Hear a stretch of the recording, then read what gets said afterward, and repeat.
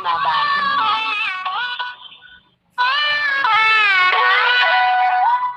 बिहार ग्रामीण बैंक, बिहार का अपना बैंक।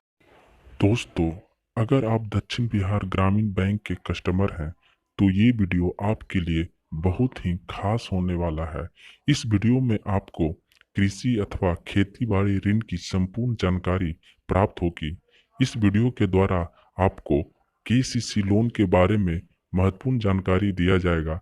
यदि आप केसीसी लोन ले चुके हैं या केसीसी लोन लेने जा रहे हैं तो इस वीडियो में आपको उसके बारे में पूरी जानकारी दिया जाएगा।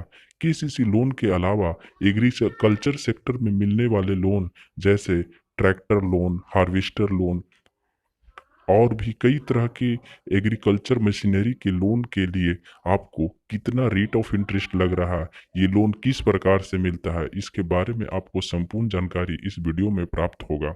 साथ ही आपको यह भी बताया जाएगा कि यदि आप अपने लोन को रेगुलर खाता मेंटेन करते हैं तो आपको रेट ऑफ इंटरेस्ट में सब्सिडी प्राप्त होती है, यानी छूट प्राप्त होती है। यानी आपको बहुत ही कम रेट ऑफ इंटरेस्ट में आपको लोन मिल जाता है। और अगर आप अपने खाते को इरेगुलर बना देते हैं, यानी खाते में जमा निकासी नहीं कर पाते हैं, तो आपको rate of interest normal rate of interest के हिसाब से लगता है। यानी आपको पर्सनल लोन के रेट ऑफ इंटरेस्ट के इक्विवेलेंट आपको रेट देना पड़ता है। तो इस वीडियो को आप अंत तक देखें और जानकारी प्राप्त करें।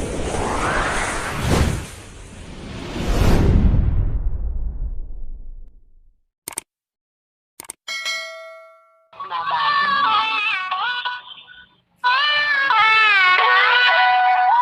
बिहार ग्रामीण बैंक, बिहार का अपना बैंक।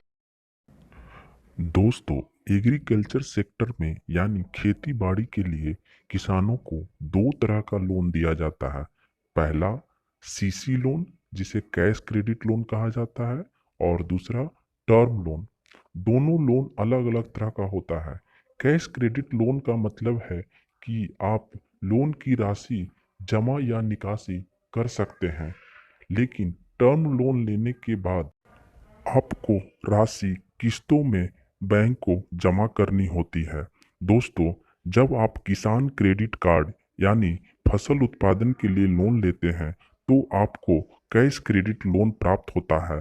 और यही जब आप एग्रीकल्चर यानी खेती में उत्पादन के लिए मशीनरी को फाइनेंस कराते हैं, यानी हार्वेस्टर, पावर टेलर और भी कई तरह की इक्विपमेंट जैसे थ्रेसर और कई भी तरह के सिंचाई की इक्विपमेंट के लिए फाइनेंस कराते हैं, तो यह लोन आपको टर्म लोन के रूप में प्राप्त होता है। और बैंक इन इक्विपमेंट को फाइनेंस करती है और इसे किसान को किस्तों में राशि को चुकानी होती है। दोनों लोन में अलग अलग तरह का इंटरेस्ट लगता है। तो आइए हम जानते हैं कि केसीसी लोन और फार्म मैकेनाइजेशन लोन में क्या क्या इंटरेस्ट लगता है। अपना बैंक।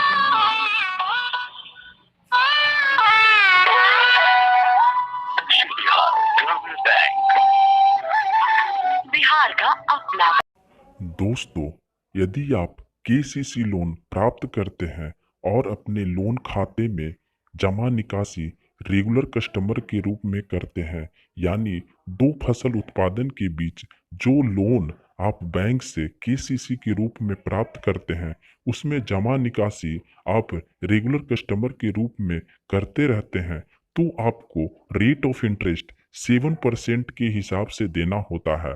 और यदि आप अपने खाते में लोन की राशि में जमा निकासी रेगुलर कस्टमर के रूप में नहीं कर पाते हैं तो आपका खाता इरेगुलर हो जाता है।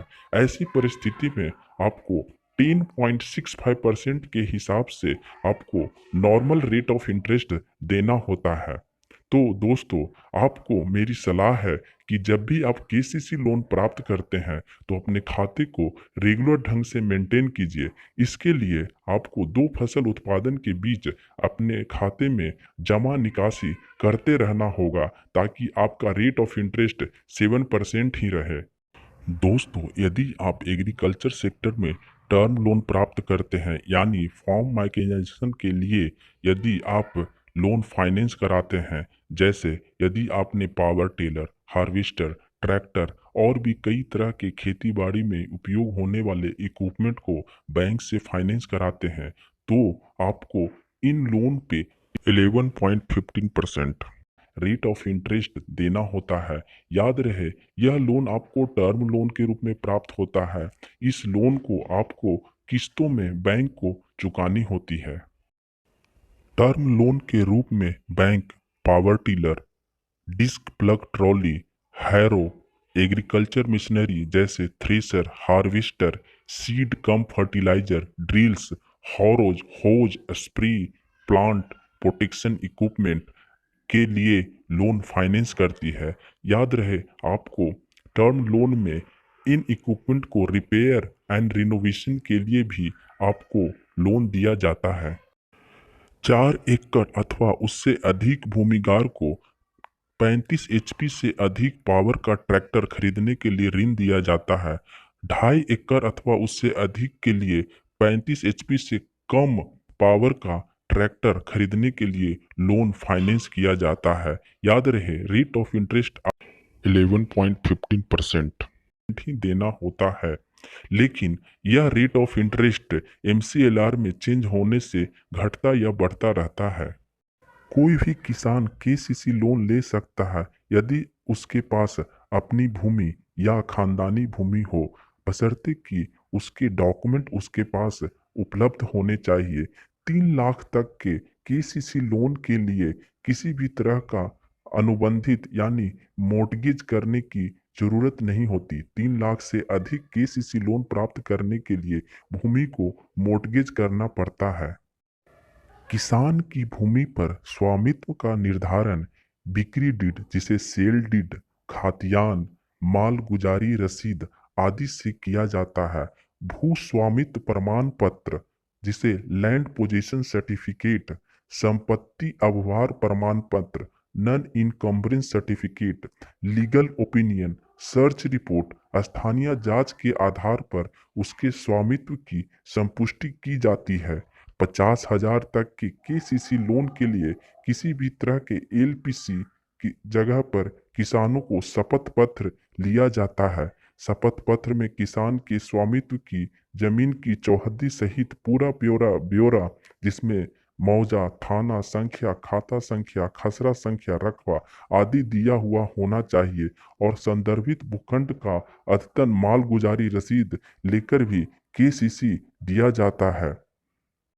यदि कोई किसान KCC लोन लेने का मन बना रहे हैं तो याद रहे, उस जमीन पर पहले उनके फादर यानी पिताजी अथवा दादा ने किसी भी तरह का कोई भी ऋण न लिया हो। वे सभी किसान KCC लोन ले सकते हैं जो अपने शपथ पत्र में जोत के विवरण अथवा जमीन पर खेती करने के उपरांत शाखा प्रबंधक द्वारा जांचोपरांत सत्यापित कर सही पाया जाता है। स्वीकृत ऋण सीमा के अंतर्गत यदि किसान का अपने बैंक में FDR या NSC या किसान विकास पत्र पहले से उपलब्ध है तो उसको सिक्योरिटी के रूप में रखकर भी बैंक के द्वारा KCC लोन प्राप्त किया जाता है। दोस्तों, यदि आप KCC लोन लेना चाह रहे हैं तो याद रहे, KCC लोन लेने के बाद अपने खाते में जमा और निकासी रेगुलर ढंग से करें ताकि आपको रेट ऑफ इंटरेस्ट काफ़ी कम लगे। और यदि आप KCC लोन ले चुके हैं और आपका खाता रेगुलर ढंग से मेंटेन नहीं हो रहा है तो जल्द से जल्द बैंक जाकर अपने खाते में जमा निकासी करें ताकि आपका KCC लोन रेगुलर हो जाए और रेट ऑफ इंटरेस्ट आपको मात्र 7% ही देना हो। साथ ही आपको याद रहे, यदि आप KCC लोन ले चुके हैं और आपका खाता NPA हो गया है और आप खाते में बहुत दिन से जमा निकासी नहीं कर पा रहे हैं और आप KCC लोन को बंद कराना चाहते हो तो जल्द से जल्द बैंक जाएं, क्योंकि आपको अपने लोन की राशि में 40 से 50% तक का आपको डिस्काउंट प्राप्त होगा। और यदि आपका लोन 1 लाख रुपए की राशि है तो आपको 50 से 60 हज़ार रुपये की राशि देकर आप अपने लोन खाते को बंद करा सकते हैं। और साथ ही यदि आपका लोन रेगुलर चल रहा हो तो आप बैंक से द्वारा और भी अन्य तरह के लोन प्राप्त कर सकते हैं, जैसे अपने बच्चों के लिए एजुकेशन लोन प्राप्त कर सकते हैं। अतः मुझे आपसे निवेदन है कि आप अपने केसीसी लोन को रेगुलर ढंग से मेंटेन करें, ताकि बैंक आपको कई भी तरह के लोन देने में किसी भी तरह का हेजिटेशन ना बरते और आपको अपने लोन के द्वारा अपने बच्चों के विकास के लिए एजुकेशन लोन आराम से प्राप्त हो सके।